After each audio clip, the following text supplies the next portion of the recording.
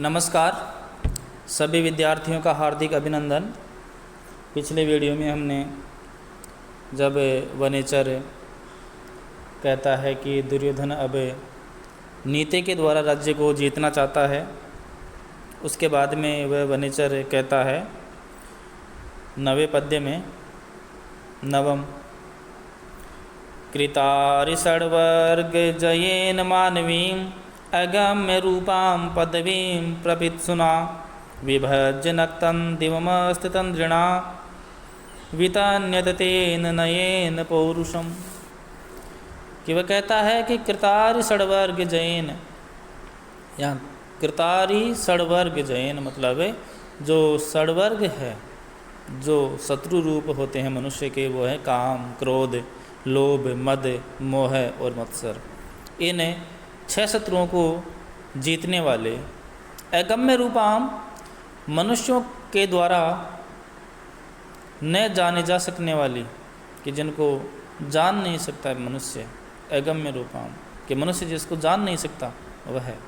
मानवी, मनु के द्वारा जो प्रतिपादित है वह पदवी, पद्धति को, नीति को प्रपित सुना,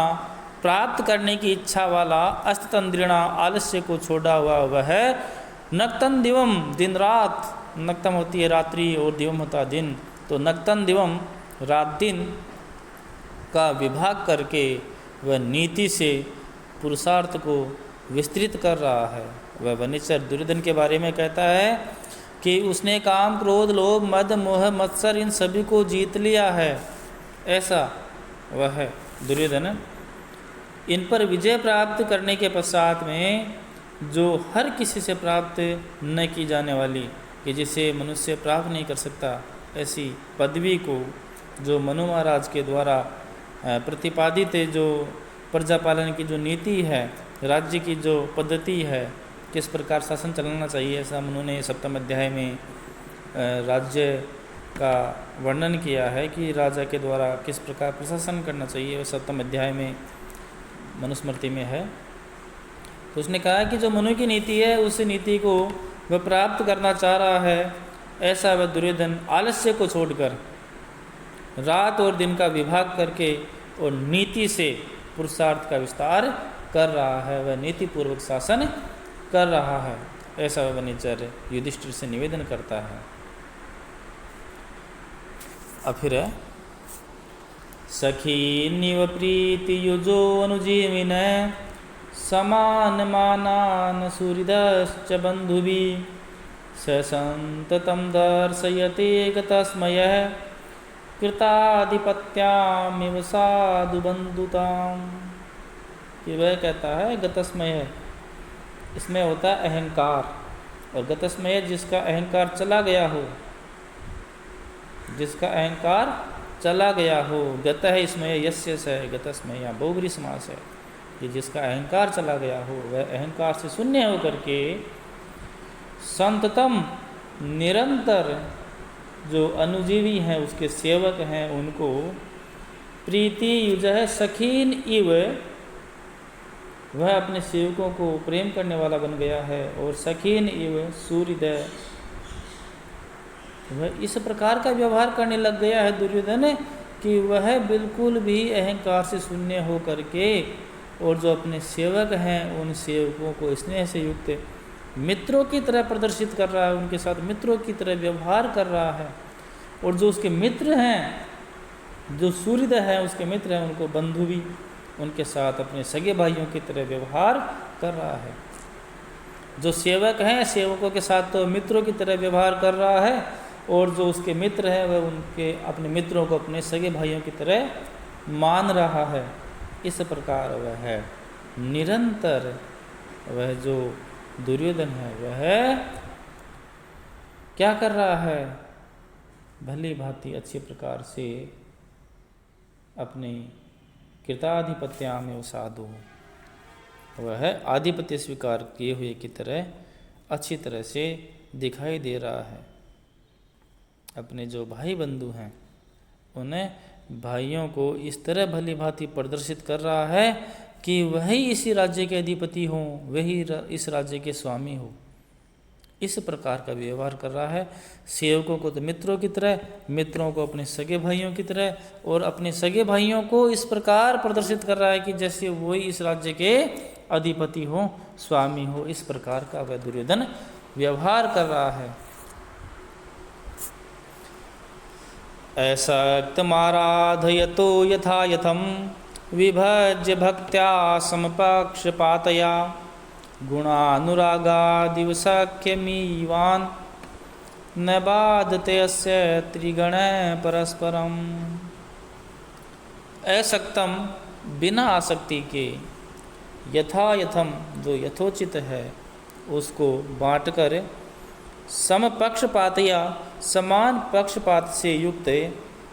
भक्त्या आराधयत है अनुराग से आराधना करते हुए, अस्य त्रिगण इसके जो तीन गण हैं, जो धर्म अर्थ जो काम है, इन तीनों का जो समूह है वह गुणानुरागात सख्यम ईवान गुणों के प्रति प्रेम के कारण मित्रता को प्राप्त किया हुआ है कि मानो कि वो आपस में एक दूसरे का विरोध नहीं कर रहे हो, कि जो धर्म अर्थ और जो काम है वो तीनों ही इसके गुणों के प्रति इतने अनुरागी हो गए हैं कि वो मित्रता को प्राप्त कर लिए हैं। वो तीनों ही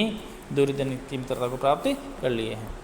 तो वह कहता है कि यथा योग्य विभाजन करके समान पक्षपात वाली भक्ति के द्वारा आसक्ति से रहित हो करके जो दुर्योधन का जो धर्म अर्थ और काम है, इन तीनों का वर्ग उसके गुणों के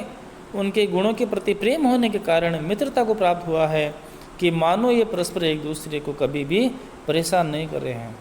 इस प्रकार वह कहता है कि इसके तो धर्म अर्थ और काम हैं वो भी दुर्योधन के पक्ष में ही हैं। निरत्यं सामन दान वर्जितम न भूरिदानम विरहय सत्क्रियां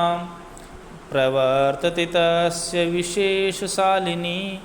गुणानुरोधेन विना न सत्क्रिया।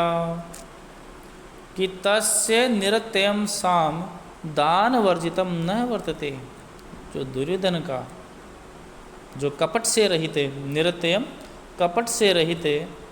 साम नामक जो उपाय है वह दान से रहित नहीं होता है। कि वह दुर्योधन निर्दोष पूर्वक समझाने का काम दान से रहित नहीं करता है, वह उसको भी दान दे करके ही करता है। वह साम का भी प्रयोग करता है, तब उसमें भी थोड़ा बहुत दान वह उसको साथ में देता है। फिर आगे है, और प्रचुर दान भी सत्क्रिया के बिना नहीं देता है। जब वह प्रचुर दान देता है, किसी को प्रचुर मात्रा में दान देता है, तो वह उसको भी सत्कार के बिना नहीं देता है, उसका उचित सत्कार करता है, उसके पश्चात ही वह प्रचुर मात्रा में दान दिया करता है। और विशेष सत्कार गुणानुराग के बिना नहीं होता, यानी गुणों के अनुराग के बिना अच्छा सत्कार नहीं होता है। यदि गुण आपस में एक दूसरे के विरोधी रहेंगे तो वह उचित सत्कार नहीं कर पाएगा, इसलिए गुणों के अनुराग के कारण ही विशेष सत्कार होता है। तो दुर्योधन का जो स्वभाव है, जो उसकी प्रकृति है, वह इतनी बदल गई है कि वह इतनी अच्छी प्रकार शासन कर रहा है कि वह अपने सेवकों को तो मित्रों की तरह और मित्रों को भाइयों की तरह और भाइयों को ऐसा मान रहा है कि जैसे वही उस राज्य के स्वामी हों। और प्रजा में जो उपाय है वो उपाय वो है ना, साम दाम दंड भेद, तो उपाय है तो जो साम जिसके साथ में प्रयुक्त करता है तो वह उसको उचित थोड़ा बहुत दान देता है, और जिसको प्रचुर मात्रा में दान देता है तो उसका वह सत्कार करके फिर दान देता है। और किसी का विशेष सत्कार होता है वह गुणों के अनुराग के बिना सत्कार नहीं होता है, इसलिए उसके जो गुण हैं वो आपस में उसका सहयोग कर रहे हैं। वसूनि वाञ्छन् वसी न मन्युना स्वधर्म इत्येव निवृत्त कारण गुरुपदिष्टेन रिपौ सुते अपि वा निहन्ति दंडेन सधर्म विप्लवम। कि वसी वह अपनी इंद्रियों को वश में करने वाला, वसूनि वांछन, धनों की अभिलाषा करने वाला, न निवृत्त कारण है कि क्रोध आदि कारणों को छोड़कर मन्युना क्रोध से स्वधर्म अपने धर्म को, इससे ही गुरूपदिष्टेन गुरुओं के द्वारा बताए गए जो शत्रुओं के प्रति, पुत्र के प्रति दंड के विधान से धर्म का उल्लंघन, कोई यदि उसका पुत्र भी हो चाहे शत्रु हो कोई भी हो, यदि जो धर्म का उल्लंघन करता है तो वह उसको उचित दंड देता है, चाहे कोई हो,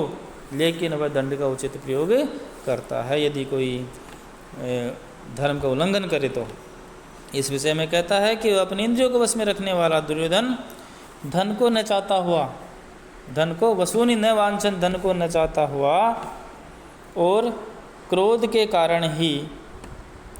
भाई क्रोध के कारण भी नहीं कि न तो धन को चाहता हुआ और न ही क्रोध के कारण वह किसी को दंड देता है। कोई मान लो धन के अभिलाषा से किसी को दंड दे, कोई क्रोध के कारण किसी को दंड दे, लेकिन वह धन और क्रोध इन दोनों के कारण ही किसी को दंड नहीं देता है, बल्कि दंड किसको देता है? जो राजधर्म के जो नियम है उनका उल्लंघन करता है उसको दंड देता है, चाहे वह शत्रु हो चाहे पुत्र हो, सबको उचित दंड देता है। इस प्रकार नीति से दुर्योधन शासन कर रहा है।